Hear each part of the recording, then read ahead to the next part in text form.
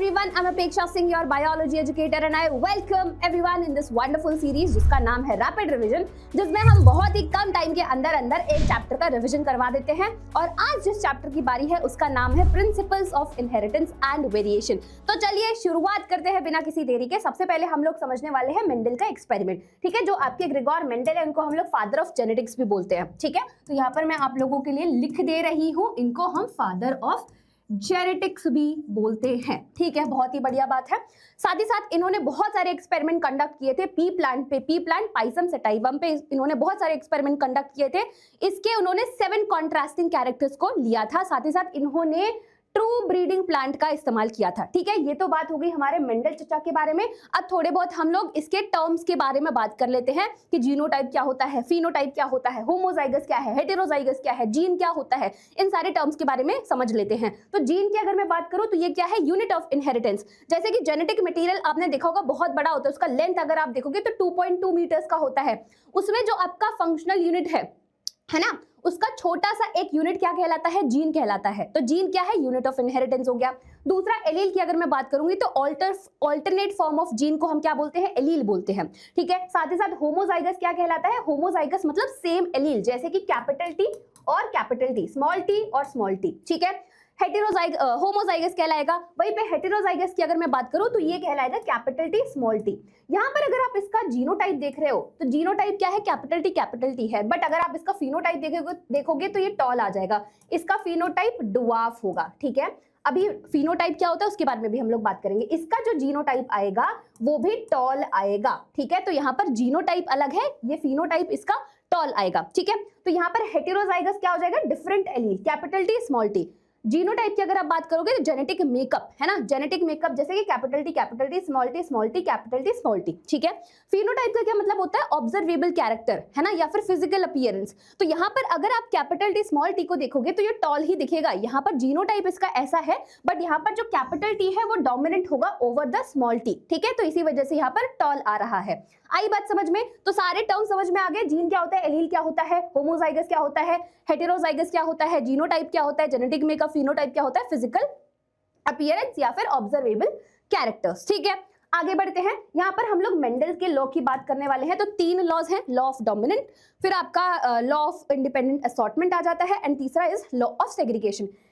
Law of dominance की अगर मैं बात करूं तो यहाँ पर जो डोमिनेंट एलील है वो अपने आप को हेटेरोजाइगस कंडीशन में एक्सप्रेस करता है। हेटेरोजाइगस जैसे मैंने आपको बताया, हेटेरोजाइगस क्या हो जाएगा, कैपिटल टी स्मॉल टी। तो इस कंडीशन में ही आपका डोमिनेंट एलील अपने आप को एक्सप्रेस करेगा। जैसे कि यहाँ पर अगर आप देखोगे कि दोनों है, कैपिटल टी भी है स्मॉल टी भी है, बट यहाँ पर ये वाला डोमिनेंट है तो यही अपने आप को एक्सप्रेस करेगा। तो यहाँ पर इसका फिनोटाइप आपको टॉल दिखाई देगा, ठीक है। ये था आपका लॉ ऑफ डोमिनेंस। अब जो लॉ ऑफ डोमिनेंस है इसके कुछ एक्सेप्शंस है ना।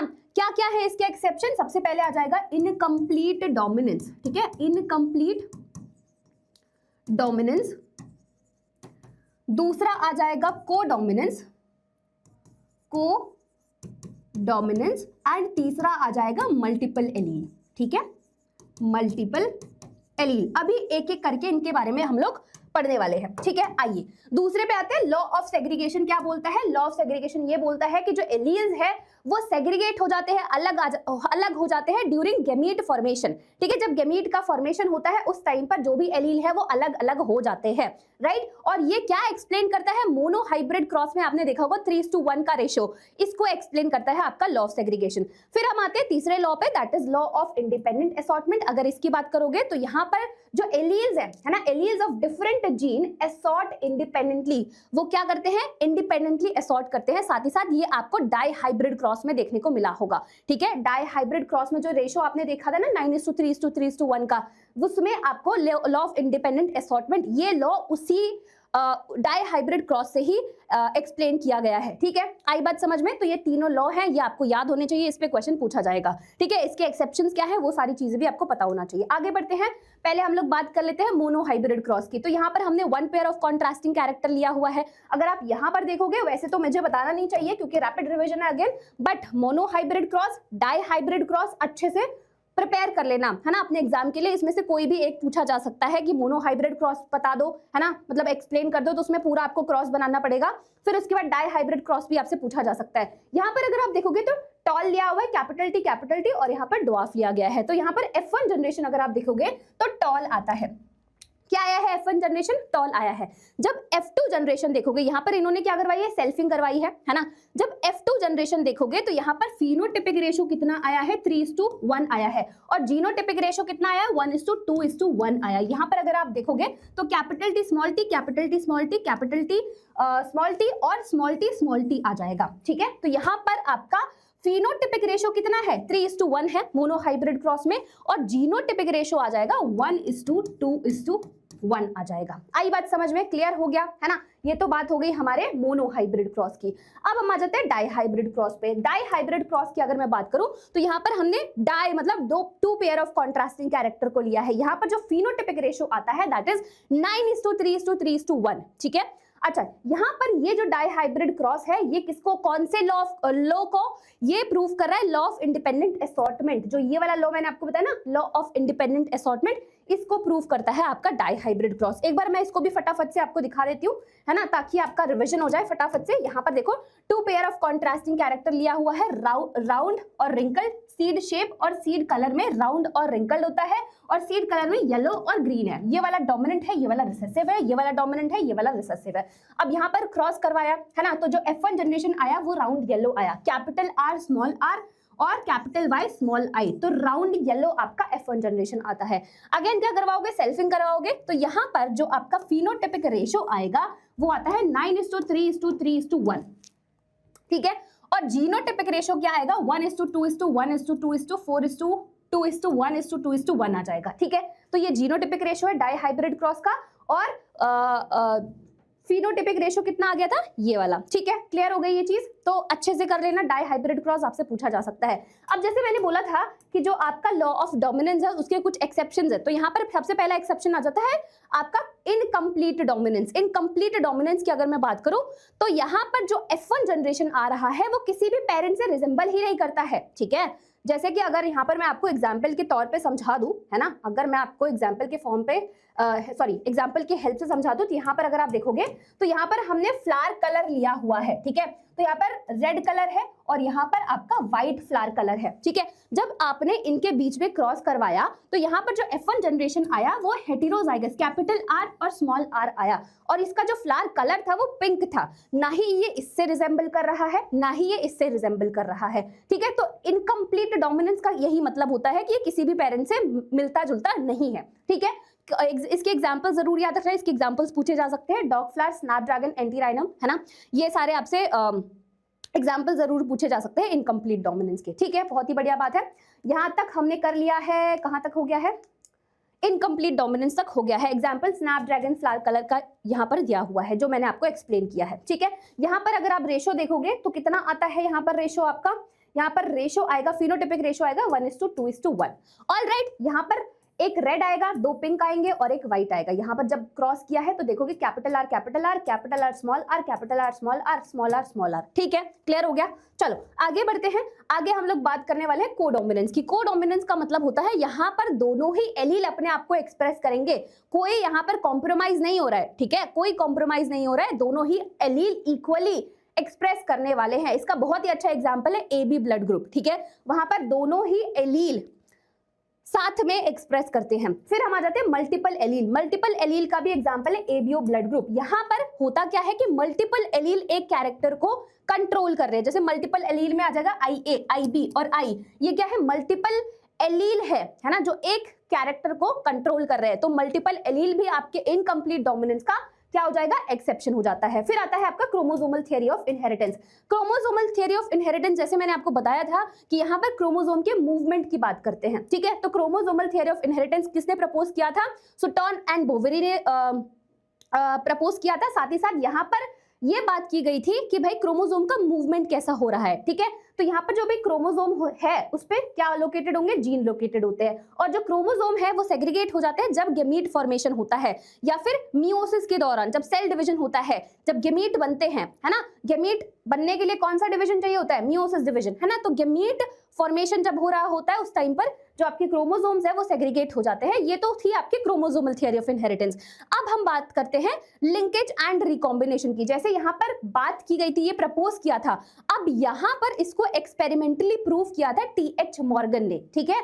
इन्होंने फ्रूट फ्लाई लेकर इन्होंने एक्सपेरिमेंटली इस थ्योरी को प्रूव किया था, ठीक है। उसने बोला भाई अब मैं करूंगा इसको एक्सप्लेन मैं करूंगा, ठीक है। तो यहाँ पर वही एक्सपेरिमेंट था पूरा, ठीक है। अब यहाँ से जो उसका आउटकम आया था वो मैं आपको बता देती हूँ। इसका आउटकम क्या आया था, यहाँ पर आउटकम ये था कि लिंकेज और डिस्टेंस जो है एक दूसरे के इनवर्सली प्रोपोर्शनल होते हैं। अगर यहाँ पर डिस्टेंस कम होगा तो क्या होगा, लिंकेज ज्यादा होगा, और डिस्टेंस अगर ज्यादा है तो लिंकेज क्या होगा, कम होगा, ठीक है। ये तो इनवर्सली प्रोपोर्शनल था। अब ये जो लिंकेज है और रिकॉम्बिनेशन है ये भी एक दूसरे के इनवर्सली प्रोपोर्शनल है। जैसे कि अगर लिंकेज ज्यादा है तो रिकॉम्बिनेशन कम होगा, अगर लिंकेज कम है तो रिकॉम्बिनेशन ज्यादा होगा। आई बात समझ में, ये था इनका आउटकम, ठीक है। ये सॉरी इसका रिजल्ट था, जो लिंकेज एंड रिकॉम्बिनेशन की हम लोग बात कर रहे हैं ना, ये इसका रिजल्ट था जो भी इन्होंने एक्सपेरिमेंटली प्रूव किया था। नेक्स्ट टॉपिक पे आ जाते हैं, नेक्स्ट है सेक्स डिटर्मिनेशन। यहाँ पर हम लोग ह्यूमंस की बात करने वाले, क्योंकि ये वाला आपसे क्वेश्चन पूछा जाता है, बहुत ही ज्यादा इंपॉर्टेंट है। यहाँ पर XX फीमेल के पास होता है और XY मेल के पास होता है। यहाँ पर इसको हम लोग मेल हेटेरोगेमिटी बोल रहे हैं। इसको हम लोग इसलिए बोल रहे हैं क्योंकि जो मेल है वो डिसाइड करता है सेक्स ऑफ अ चाइल्ड की क्या आने वाला है ना। लड़की होने वाली है, फीमेल है या फिर मेल है। अगर आप यहाँ पर देखोगे ये मेल हो गया और ये फीमेल हो गई, ठीक है। यहाँ पर अगर आप देखोगे इनके बीच में क्रॉस करवाओगे तो यहाँ पर क्या आ जाएगा, XX है ना, AAXX, AAXX, AAXY और AAXY। यहाँ पर अगर आप फीमेल में देखोगे तो XX है, मेल के पास XY, सेक्स क्रोमोसोम्स क्या है, XY है। तो यहाँ पर जो मेल है वो डिसाइड कर रहा है, मतलब वैसे देखा जाए तो मेल की भी क्या गलती है, उसने जबरदस्ती थोड़ी बोला है। तो मेल डिसाइड करता है यहाँ पर कि सेक्स ऑफ चाइल्ड क्या होगा। तो यहाँ पर चांसेस होते हैं 50% मेल होने के और 50% फीमेल होने के। आई बात समझ में, ये तो आपके सेक्स डिटर्मिनेशन की बात हो गई, किसमें, ह्यूमंस की। अब हम थोड़े से मेंडेलियन डिसऑर्डर्स की बात कर लेते हैं। तो मेंडेलियन डिसऑर्डर की अगर मैं बात करूं तो यहाँ पर आ जाता है सबसे पहले आपका कलर ब्लाइंडनेस, ठीक है। दो टाइप के होते हैं, मेंडेलियन डिसऑर्डर और आपका क्रोमोसोमल डिसऑर्डर। ये किसकी वजह से होता है, ड्यू टू म्यूटेशन, यहाँ पर जीन अफेक्टेड होता है। वहीं पे अगर मैं क्रोमोसोमल डिसऑर्डर की बात करूं तो वहां पर आपका जीन अफेक्टेड नहीं होता है, ठीक है। वो किसकी वजह से होता है, क्रोमोसोम के स्ट्रक्चर में कोई चेंज आ गया है ना, और क्रोमोसोम के नंबर में कोई चेंज आ गया, तो उसकी वजह से जो भी डिसऑर्डर्स होते हैं वो क्रोमोसोमल डिसऑर्डर कहलाते हैं। यहाँ पर सबसे पहले आ जाता है कलर ब्लाइंडनेस। तो कलर ब्लाइंडनेस की अगर मैं बात करूं, सबसे पहले ये सेक्स लिंक्ड रिसेसिव डिसऑर्डर है ना, सेक्स लिंक्ड रिसेसिव डिसऑर्डर है। साथ ही साथ यहाँ पर क्या अफेक्टेड होता है, यहाँ पर red green cone cells affected होते हैं, जिसकी वजह से आप डिफरेंशिएट नहीं कर पाते हो रेड एंड ग्रीन कलर में, ठीक है। Mutation in gene on x chromosome है ना, जो एक्स क्रोमोसोम है उस पे जो जीन लोकेटेड है उसकी म्यूटेशन की वजह से ये डिफेक्ट होता है। अगर आप इसमें परसेंटेज देखोगे तो मेल्स में सिर्फ मेल्स में 8% है ना, मेल में ज्यादा है इसकी प्रोबेबिलिटी होने की, और फीमेल्स में सिर्फ 0.4% की प्रोबेबिलिटी होती है। वहीं पे अगर आप रीजन पूछोगे कि मैम ऐसा क्यों है, मेल्स में ज्यादा क्यों है ना, ज्यादा परसेंटेज क्यों है, फीमेल में कम क्यों है, क्योंकि फीमेल में 2 एक्स क्रोमोसोम्स होते हैं, मेल में सिर्फ एक ही एक्स क्रोमोसोम होता है। और मैंने आपको बताया है कि जो जीन है वो किस पे लोकेटेड है, एक्स क्रोमोसोम पे है, राइट। तो यहाँ पर मेल्स में क्योंकि एक ही एक्स क्रोमोसोम है, तो अगर वो डोमिनेंट हो गया तो उसके पास कोई भी दूसरा चारा नहीं है ना, तो वो तो एक्सप्रेस करेगा ही। वहीं पे अगर फीमेल है तो उसमें 2 क्रोमोसोम्स है, तो इसलिए बच जाती है। तो यहाँ पर परसेंटेज जो है मेल्स में ज्यादा होता है एज कंपेयर टू फीमेल। आई बात समझ में।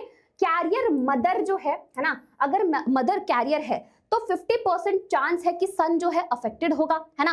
और यूजुअली जो डॉटर है वो नॉर्मल होती है। अगर आप चाहते हो कि जो डॉटर है वो कलर ब्लाइंड हो तो उसमें क्या कंडीशन होनी चाहिए कि मदर को भी कैरियर होना चाहिए और फादर अफेक्टेड होना चाहिए, ठीक है।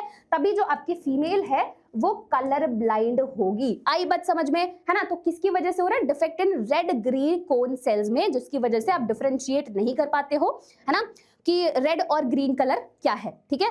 आई बात समझ में, क्लियर हो गया। ये आपका कलर ब्लाइंडनेस हो गया। फिर आता है हीमोफिलिया, है ना। हीमोफिलिया की अगर मैं बात करूं, ठीक है, हीमोफिलिया की अगर मैं बात करूं तो ये भी सेक्स लिंक्ड रिसेसिव डिसऑर्डर है ना।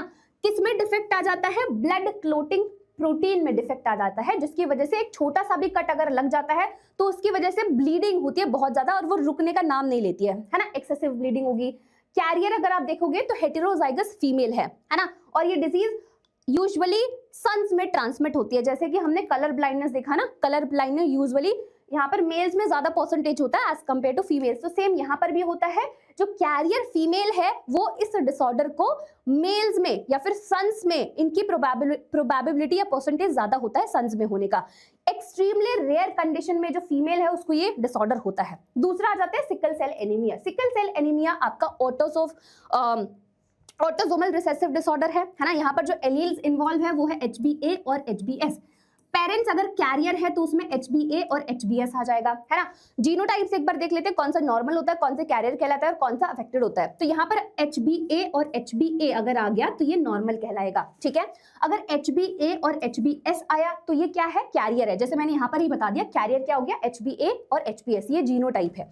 वहीं पे अगर HbS और HbS आ गया तो उसको डिसऑर्डर होगा, ये डिजीज होगा, ठीक है, मतलब इसका काम खत्म है। यहाँ पर डिफेक्ट क्या होता है, बेसिकली जो आपका बीटा ग्लोबिन चेन है हीमोग्लोबिन मॉलिक्यूल का, वहां पर 6th पोजीशन पे ग्लूटामिक एसिड के सब्स्टिट्यूशन में, है ना, मतलब उसके बदले वैलिन लग जाता है, ठीक है। तो यहाँ पर नॉर्मल तो क्या था कि 6th पोजीशन पे क्या होना चाहिए, ग्लूटामिक एसिड होना चाहिए, बट उसके बदले वैलिन आ जाता है ना। तो ये मॉलिक्यूलर डिफेक्ट है, राइट, जिसकी वजह से सिकल सेल एनीमिया होता है। तो ये हो गई सिकल सेल एनीमिया की बात। नेक्स्ट हम आ जाते हैं थैलेसीमिया पे। थैलेसीमिया भी अगेन ये भी आपका ऑटोसोमल रिसेसिव ब्लड डिसऑर्डर है ना।